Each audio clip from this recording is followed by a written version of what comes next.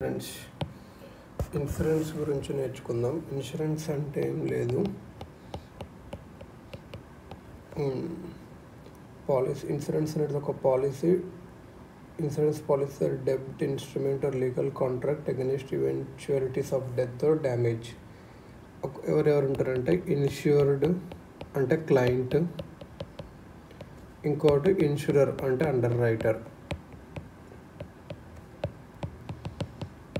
Insurance ఏంటంటే stability ఉంటుంది. అవుదోళ్ళు ఇన్కమ్స్ డెత్ అయినా కానీ ఏమైనా కానీ, ఎంటర్ప్రినర్స్కి ఫైర్ యాక్సిడెంట్ అయినా కానీ, insurance companies money invest clients premium ఉంటుంది కదా, అన్ని పబ్లిక్ సెక్టర్ ప్రైవేట్ సెక్టర్ ప్రాజెక్ట్స్లో పెడుతుంది. అక్కడ పెట్టి ఇంట్రెస్ట్ ఏం చేస్తుంది. ఇన్సూరెన్స్ ప్రిన్సిపల్స్ ఏంటివంటే good faith, hide nothing, indemnity, only real loss not imaginary. Insurance principles అంటే indemnity, only real loss.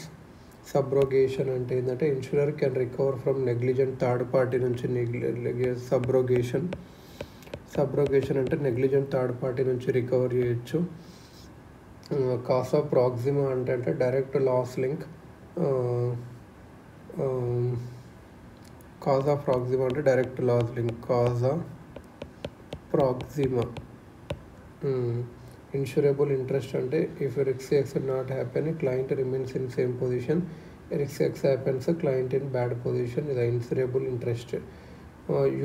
Uber రిమా fides అంటే good faith, hide nothing. Uberrima fides అంటే ఏమో హైడ్ చేయకూడదు ఇది అన్నట్టు.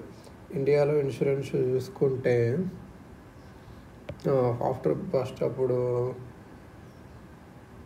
ఫస్ట్ యూరోపియన్ స్టార్ట్ చేశారు. కాకపోతే హై ప్రీమియమ్స్ ఉండే.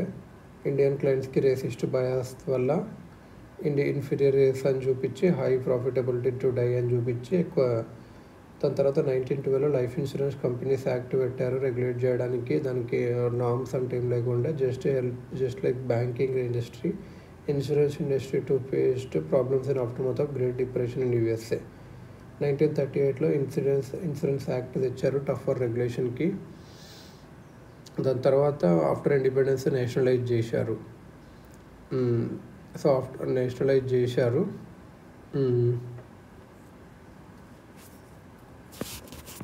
ఇది అన్నట్టు. లైఫ్ ఇన్సూరెన్స్ అంటే ఓల్డ్ లైఫ్కి longer policy, endowment shorter policy. Life insurance type ఏంటంటే ఓల్డ్ లైఫ్ అంటే ఇది లాంగర్ పాలసీ ఉంటుంది. జనరల్గా 35 నుంచి 40 ఇయర్స్ వరకు ఉంటుంది.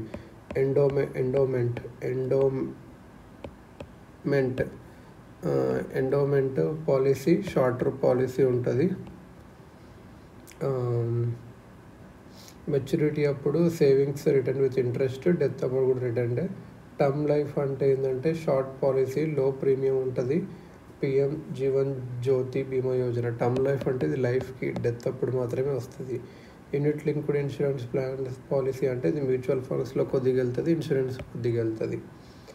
ఇంకా పోస్ట్ ఆఫీస్ లైఫ్ ఇన్సూరెన్స్ కూడా ఉంటుంది. పోస్టల్ లైఫ్ ఇన్సూరెన్స్ పోస్టల్ ఎంప్లాయీస్కి స్టార్ట్ చేశారు. లేటర్గా రూరల్ పీపుల్కి కూడా ఇచ్చారు. Presently 6 schemes for government employees, 6 schemes for rural population అట్లా ఉన్నాయి అన్నట్టు.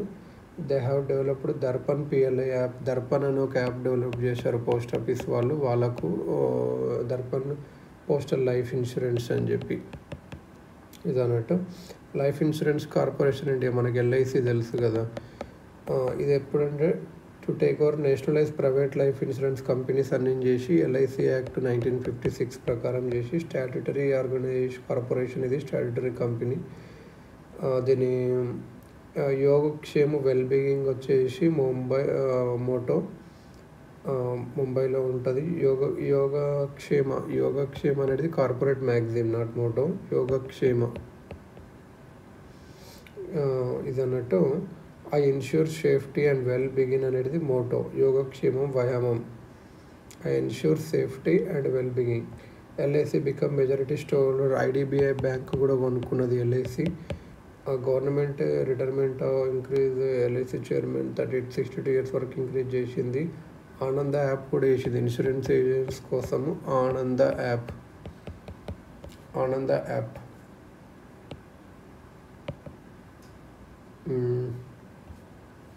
ఆనంద యాప్ అనుకుంటా, అది కూడా చేసింది అన్నట్టు. దర్బార్ అనేటిదేమో పోస్ట్ ఆఫీస్, ఆనంద అనేటిదేమో ఎల్ఐసిది. ఎల్ఐసి డిస్ఇన్వెస్ట్మెంట్ చేయాలని అనుకున్నారు, గవర్నమెంట్ షేర్ హోల్డర్లు తగ్గించాలి, కాకపోతే 51 పెట్టుకోవాలి అలానే అనుకున్నారు. ప్రైవేటైజేషన్ అంటే మనకు తెలుసు 51కి బిలో అమ్మడం. ప్రైవేటైజేషన్, డైవెస్ట్మెంట్, స్ట్రాటజిక్ డిస్ఇన్వెస్ట్మెంట్ అంటే అది. మెజారిటీ షేర్ అంటే అమ్మేయడం అని ఇట్లా చూశారు. ఇదే ఇంటర్నేషనల్ మానిటరీ ఫండ్ కానీ, Srikrishna Financial Sector Legislative Reforms Commission ఇది కూడా సజెస్ట్ చేసింది గవర్నమెంట్కి, ఎల్ఐసిలో షేర్ డిస్ఇన్వెస్ట్మెంట్ వల్ల గవర్నమెంట్కి మనీ వస్తాయి, వెల్ఫేర్ స్కీమ్స్ చేయొచ్చు, పబ్లిక్ లిమిటెడ్ కంపెనీ అవుతుంది, independent directors, women directors, more ట్రాన్స్పరెంట్గా ఉంటుంది ఇలా అని చెప్పి. దీని ఐపీఓకి ఎస్ఎబీ అప్రూవల్ వచ్చింది అన్నట్టు. ఇలా అన్నట్టు. ఇప్పుడు ఏంటంటే ప్రధానమంత్రి కొన్ని ఇన్సూరెన్స్ పాలసీ చూద్దాం. PM schemes for life insurance and accidental general insurance. ప్రధానమంత్రి స్కీమ్స్ ఇది. ఒకటి ఏంటంటే ప్రధానమంత్రి జీవన్ జ్యోతి బీమా యోజన, జీవన్ జ్యోతి బీమా యోజన ఇది. ఇంకొకటి ప్రధానమంత్రి సురక్ష బీమా యోజన, ఎస్బీఐ సురక్ష బీమా యోజన. ఇది ఎవరు? ప్రధానమంత్రి జీవన్ జ్యోతి బీమా యోజన ఏంది అంటే 18 to 50 years బ్యాంక్ అకౌంట్ ఉంటే చాలు. ఎన్ఆర్ఐస్ కూడా ఎలిజిబులే, కానీ రూపీలో పే చేయాలి. ఎల్ఐసి నుంచి పర్చేజ్ చేసుకోవచ్చు, లేకపోతే ఎవరైనా ప్రైవేట్ లైఫ్ ఇన్సూరెన్స్ కంపెనీ నుంచి కూడా పర్చేజ్ చేసుకోవచ్చు. Premium 330 per person per year ఉంటుంది.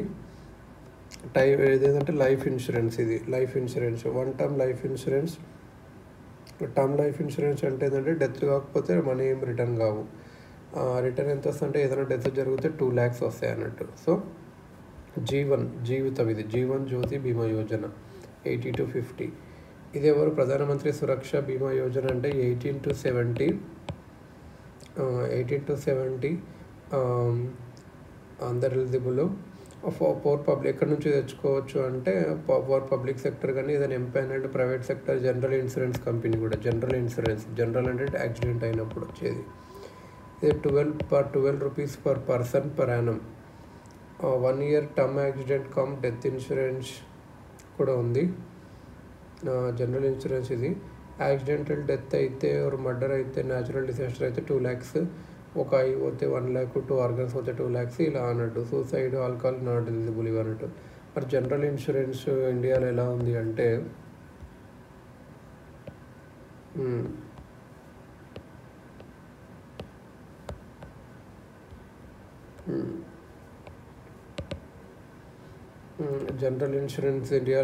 అంటే ఒక insurance policy other than life insurance అని వచ్చేసి జనరల్ ఇన్సూరెన్స్. ఇప్పుడు మనం ఇదన్నట్టు యాక్సిడెంట్ ఇన్సూరెన్స్ కానీ, హెల్త్ ఇన్సూరెన్స్ కానీ ఇవన్నీ జనరల్ ఇన్సూరెన్స్ అంటాం. లైఫ్ ఇన్సూరెన్స్ అంటే లైఫ్కి, అది ఎండోమెంట్ అంటే షార్ట్ పీరియడ్ ఇది అన్నట్టు. Public sector general insurance entities, employees public sector general insurance companies ఏవి ఉన్నాయి అంటే మనకు ఈఎస్ఐసి అని తెలుసు. ఎంప్లాయీ స్టేట్ ఇన్సూరెన్స్ కార్పొరేషన్, ఇది లేబర్ మినిస్ట్రీ కింద వస్తుంది. Act of parliament to protect selected category of workers కోసం ఇది. ఈఎస్ఐసి హాస్పిటల్ హైదరాబాద్లో ఉంటుంది. Export credit guarantee corporation of India, ECGC. Credit guarantee corporation of India ఇది కామర్స్ మినిస్ట్రీ కిందికి వస్తుంది. ఇది ఎక్స్పోర్టర్స్కి కానీ క్రెడిట్ గ్యారంటీ టు బ్యాంక్, ఎన్బిఎఫ్సికి ఇస్తుంది ఎవరైతే ఎక్స్పోర్ట్ చేస్తారో. దీనికి డిఐసిజిసి యాక్ట్ కూడా ఉంది. Bank must by deposit insurance from it. Bank deposit insurance ఇది దాని నుంచి బై చేసుకోవాలి. Not consider general insurance company, ఎందుకంటే డైరెక్ట్గా ఇది ఇన్సూరెన్స్ అమ్మట్లేదు ఎవరికి ఇండివిజువల్గా. జనరల్ ఇన్సూరెన్స్ని నేషనలైజేషన్ యాక్ట్ ఉండే, ప్రైవేట్ జనరల్ ఇన్సూరెన్స్ కంపెనీస్ని జిఐసి టేక్ ఓవర్ చేసింది. అండ్ 4 subsidiaries కూడా ఉన్నాయి దీనికి. National insurance, new India assurance, united India, oriental. Later government ఏం చేసిందంటే దీని direct shareholding for companies తీసేసుకుంది. జిఐసికి ఏమో రీఇన్సూరెన్స్ బిజినెస్ చూసుకోమని చెప్పి పెట్టింది. Reinsurance business. Agriculture insurance company limited, ఇది ఎవరు జిఐసి ఇంకా పబ్లిక్ సెక్టర్, ఇది 4 ఉన్నాయి కదా, దాన్ని నబార్డు కలిపి ఫామ్ చేసాయి. దాని తర్వాత మర్జ్ చేయాలనుకున్నారు national insurance company, united Indian insurance company, oriental India insurance కంపెనీని. ఇంకా దాన్ని చేయలేదని చెప్పాడు అని. ఇంకా ఇదన్నట్టు general insurance business nationalization amendment bill 2021.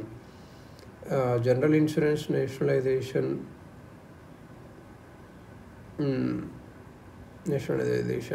దీన్ని ప్రైవేటైజ్ చేయడానికి కొన్ని రూల్స్ మార్చారు అన్నట్టు. ఇది అన్నట్టు ప్రైవేటైజేషన్ చేయడానికి ఒక అమెండ్మెంట్ కూడా తెచ్చారన్నట్టు. ఇప్పుడు ఒకసారి